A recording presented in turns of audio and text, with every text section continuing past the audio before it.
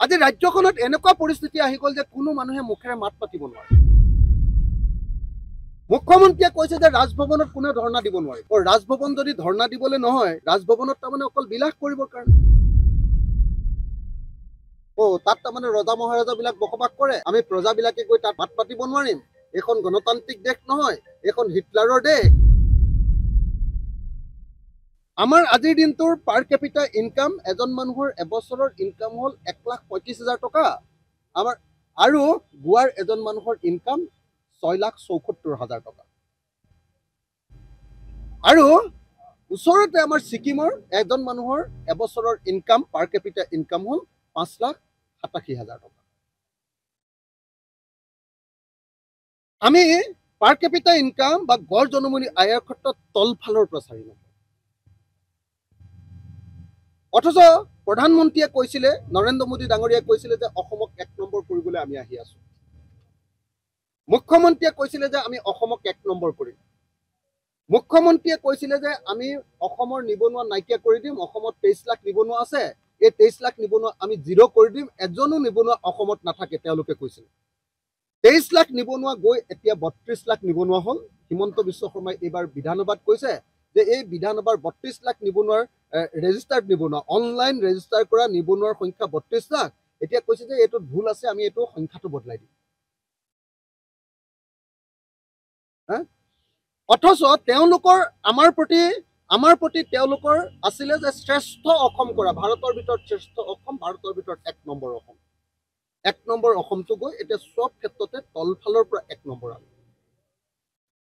কিন্তু 1 নম্বৰ হৈছো, মই ক'লোৱে যে মেটাৰনেল মৰ্টেলিটিত 3 নম্বৰ, ইনফেণ্ট মৰ্টেলিটিত আমি 1 নম্বৰ, স্মাৰ্ট মিটাৰ লগোৱাত আমি লুণ্ঠন কৰাত 1 নম্বৰ, আমি ক'লোৱে যে পাৰ কেপিটা ইনকামত তলফালৰ পৰা 4 নম্বৰ, আৰু কিহত আমি 1 নম্বৰ? আমি 1 নম্বৰ এই যে পুলিচে মানুহ ধৰি নি ৰাতিয়ে যে এনকাউণ্টাৰ, ভুৱা এনকাউণ্টাৰ কৰে, ফেক এনকাউণ্টাৰৰ ক্ষেত্ৰত আমি দেশৰ ভিতৰত 1 নম্বৰ। আজি ৰাজ্যখনত এনেকুৱা পৰিস্থিতি আহি গ'ল যে কোনো মানুহে মুখেৰে মাত পাতিব নোৱাৰে। মুখ্যমন্ত্ৰীয়ে কৈছে যে ৰাজভৱনত কোনেও ধৰ্ণা দিব নোৱাৰে। ৰাজভৱন যদি ধৰ্ণা দিবলৈ নহয়, ৰাজভৱনত তাৰমানে অকল বিলাস কৰিবৰ কাৰণে। মুখ্যমন্ত্ৰীয়ে কৈছে যে জনতা ভৱনত ধৰ্ণা দিব নোৱাৰিব। জনতা ভৱনত মানে মুখ্যমন্ত্ৰীয়ে এচিত ৰুমৰ ভিতৰত থাকিব আৰু আমি হাবিত গৈ ধৰ্ণা দিম, কাজিৰঙাৰ গড়গীতাৰ ওচৰত ধৰ্ণা দিম।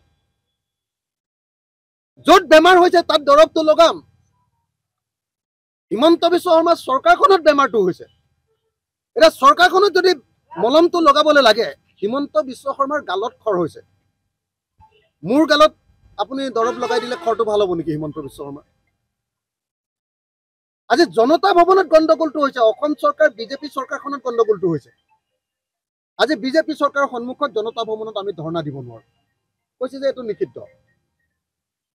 তাত তাৰমানে ৰজা মহাৰাজাবিলাক বসবাস কৰে, আমি প্ৰজাবিলাকে গৈ তাত মাত পাতিব নোৱাৰিম। এইখন গণতান্ত্ৰিক দেশ নহয়, এইখন হিটলাৰৰ দেশ। এইখন হিটলাৰৰ দেশ। হিমন্ত বিশ্ব শৰ্মা হিটলাৰ। ভাৰতবৰ্ষত 2জন হিটলাৰ আছে, সেইফালে কেন্দ্ৰত আছে নৰেন্দ্ৰ মোদী আৰু এইফালে হিমন্ত বিশ্ব শৰ্মা। 2জন হিটলাৰে আমাক যি কয় তাকে আমি মানি লওঁ। এইটো কি কাম নেকি? এই মুহূৰ্তত সেইকাৰণে অতি স্পষ্টকে ক'ব খুজিছো, আপুনি চাওকচোন, এনেকুৱা মুখ্যমন্ত্ৰী ক'ৰবাত থাকে নেকি? কয় যে লগৰ কোনো মন্ত্ৰীয়ে ক'তো বাইট দিব নোৱাৰিব, ক'তো প্ৰচাৰ মাধ্যমত কথা ক'ব নোৱাৰিব, কথা অকল হিমন্ত বিশ্ব শৰ্মাই। মই এতিয়া যিকেইটা কথা ক'লো, ইয়াত এটা গালি আছে নেকি বাৰু? আপোনালোকে চাওক, এই কথাটো কোৱাৰ কাৰণে মোৰ সুৰটো অলপ টান। মই গাঁৱৰ মানুহ, শ্ৰমজীৱী মানুহ, মই খেতি কৰি অহা মানুহ। আজিৰ দিনটোতো মোৰ লগত কোনো পলিটিচিয়ানে হাল বাব নোৱাৰে। আজিৰ দিনটোতো মোৰ লগত কোনেও মৈ দিব নোৱাৰে। আজিৰ দিনটোতো বহুত পলিটিচিয়ানক যদি আপুনি সোধে যে ডিলামাৰিডাল, নাঙলৰ ডিলামাৰিডাল আপোনাৰ জুৱলিৰ পৰা ওপৰত থাকে নে তলত থাকে, এইটো সুধিলেও চাগে উত্তৰ দিব নোৱাৰিব। তো আমি হ'লো হাল বোৱা মানুহ, আমি হ'লো খেতিয়ক মানুহ, আমি হ'লো গাঁৱৰ মানুহ। গতিকে কথাটো মই অকণ টানকে কওঁ, কিন্তু কথাটো আপোনালোকে যদি চায়, নাৰিকলটো খাবলৈ তেতিয়াহে ভাল যেতিয়া বাকলিখন আপুনি আৰু খোলাটো যেতিয়া ভাঙি ল'ব, তাৰ ভিতৰতে ধুনীয়া নাৰিকলটো পায়। মই কথাটো এটাই কৈছো যে 26 চনত আমি বিজেপিক হৰুৱাব লাগিব, আৰু বিজেপিক হৰুৱাবৰ কাৰণে পঞ্চায়ত নিৰ্বাচনটো একেলগে খেলিলে আমাৰ সকলো দলৰ মাজত একতাটো বৃদ্ধি পাব। সেইটো কথা কোৱাকে যদি কংগ্ৰেছে কৈ দিয়ে যে অখিল গগৈ আমাক গালি পাৰে, গোৱাল বালি পাৰে, আৰু মই গোৱালগালি শব্দটোৰ অৰ্থটো বহুত মানুহে নাজানে। গোৱালগালি মানে হ'ল কাকো উদ্দেশ্য কৰি নপৰা, যধে মধে গালি পৰা, কাৰো নাম নোলোৱা। যদি গোৱালগালি বুলি কয় তেতিয়াহ'লে কংগ্ৰেছ শব্দটো ব্যৱহাৰ কৰিব নোৱাৰে। আৰু অসমীয়া ভাষা যদি কোনোবাই জানে, গোৱালগালি মানে হ'ল কাৰো গাত নলগাকে যধে মধে এনেই উদাই মুদাই গালি পাৰি দিয়াটোকে গোৱালগালি বুলি কয়। কোনোবাই নিজে লগাই ল'ব পাৰে, কিন্তু কাৰো নাম নলয়। কংগ্ৰেছক গোৱালগালি এনেকুৱা ধৰণৰ শব্দ থাকিবই নোৱাৰে। কোনো মানুহক গোৱালগালি নিদিয়ে মানে।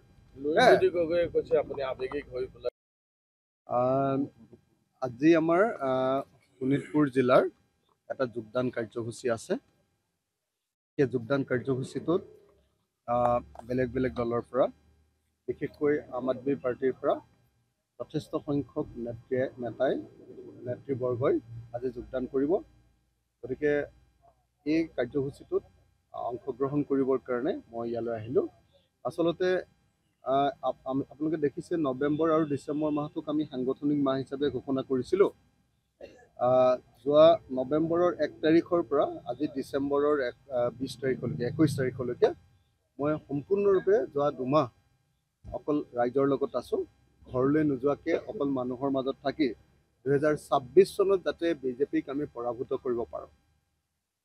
আমাৰ দেশৰ, আমাৰ ৰাজ্যখনৰ গোটেই ছ'চিয়েল ফেব্ৰিকটো নাইকিয়া কৰি দিছে, ধ্বংস কৰি দিছে বিজেপিয়ে। আমাৰ সামাজিক গাঁথনিটো, আমাৰ ধৰ্মৰ মাজত কাজিয়া লগাই, জাত বৰ্ণৰ মাজত কাজিয়া লগাই আমাৰ গোটেই সামাজিক গাঁথনিটো ধ্বংস কৰি পেলাইছে বিজেপিয়ে। আৰু সেই বিজেপি, বিভাজনকামী বিজেপিৰ পৰা আমি দেশখনক বচাবৰ কাৰণে এনেকৈ গোটেই মাহ জুৰি 2026 কাৰণে সাজু হ'বৰ কাৰণে যোৱা 2 মাহ ধৰি আমি সাংগঠনিক মাহ হিচাপে ঘোষণা কৰি যোগদান কাৰ্যসূচীবিলাক কৰাই আছোঁ। কাইলৈ মই আকৌ হোজাইত গৈ সভা কৰিম। পৰহিলৈৰ দিনটোত আকৌ মই ধুবুৰীত গৈ কৰিম, তাৰ পিছদিনা বৰপেটাত। এনেকৈ প্ৰত্যেক দিনাই গণসমাৱেশ আৰু যোগদান কাৰ্যসূচী। ইয়াত আছে যোগদান কাৰ্যসূচী, কাইলৈ পূজাত আছে আমাৰ বিশাল গণসমাৱেশ। এনেকৈ প্ৰত্যেক দিনাই আমি কাৰ্যসূচী গ্ৰহণ কৰিছোঁ আৰু আমি সংকল্প লৈছোঁ যে 2026 চনত আমি বিজেপিক পৰাজিত কৰিম। আজি আপোনালোকে সকলোৱে দেখিছে যে বিজেপি দলটোৱে আমাক কৈছিলে যে অসমক ভাৰতৰ ভিতৰত শ্ৰেষ্ঠ বা 1 নম্বৰ ৰাজ্য কৰিবৰ কাৰণে তেওঁলোকে অসমলৈ আহিছে, তেওঁলোকে অসমৰ ৰাজনীতি বদলাই দিব। কিন্তু আজিৰ দিনটোত অসম ভাৰতৰ কোন কোন ক্ষেত্ৰত 1 নম্বৰ? আজিৰ দিনটোত অসম ভাৰতৰ 1 নম্বৰ ৰাজ্য হ'ল স্মাৰ্ট মিটাৰ স্থাপনৰ ক্ষেত্ৰত। স্মাৰ্ট মিটাৰ স্থাপনৰ ক্ষেত্ৰত আজিৰ দিনটোত অসম ভাৰতৰ 1 নম্বৰ। গোটেই ভাৰতবৰ্ষত আজিৰ দিনটোত অসমতে 25 লাখ স্মাৰ্ট মিটাৰ এতিয়ালৈকে স্থাপন কৰা হৈছে। স্মাৰ্ট মিটাৰৰ জৰিয়তে লুণ্ঠন কৰাৰ ক্ষেত্ৰত অসম চৰকাৰ 1 নম্বৰ, কিন্তু বিদ্যুৎ দিয়াৰ ক্ষেত্ৰত আৰু বিদ্যুৎ উৎপাদনৰ ক্ষেত্ৰত আকৌ ভাৰতৰ ভিতৰত আটাইতকৈ তলত। পাৰ কেপিটা যিটো আপোনাৰ মানে ইলেক্ট্ৰিচিটি যিটো আমাৰ কনজাম্পশ্যন, সেইটোতো আমি অত্যন্ত তলত। আৰু পাৰ কেপিটা ইলেক্ট্ৰিচিটি প্ৰডাকশ্যন, আমাৰ ইয়াত বিদ্যুৎ উৎপাদন, এইটোত আমি নীল বুলিয়ে ক'ব পাৰিম। অকণমান আছে, আমাৰ 375 মেগাৱাট মানৰ আমাৰ বিজুলী উৎপাদন আছে, অথচ এদিনত আমাক লাগে বিজুলী 2500 মেগাৱাট আজিৰ দিনটোত। গতিকে অকল খালি ইলেক্ট্ৰিচিটিৰ পৰা মানুহৰ ঘৰত লুণ্ঠন কৰাটো, ডকাইতি কৰি স্মাৰ্ট মিটাৰ লগাই ডকাইতি কৰাটোত আমি 1 নম্বৰ। আজি অসম 1 নম্বৰ কিহত জানেনে? সন্তান জন্ম দিওঁতে, সন্তান যেতিয়া জন্ম দিয়ে তেতিয়া সন্তানৰ মৃত্যু হওঁতে ইংৰাজীত এইটোক ইনফেণ্ট মৰ্টেলিটি ৰেট বুলি কয়। সেই শিশুৰ মৃত্যুৰ হাৰত আমি অসম 1 নম্বৰ। কিন্তু হস্পিটেলৰ ছাৰ্ভিচৰ ক্ষেত্ৰত আমি অসম তলত।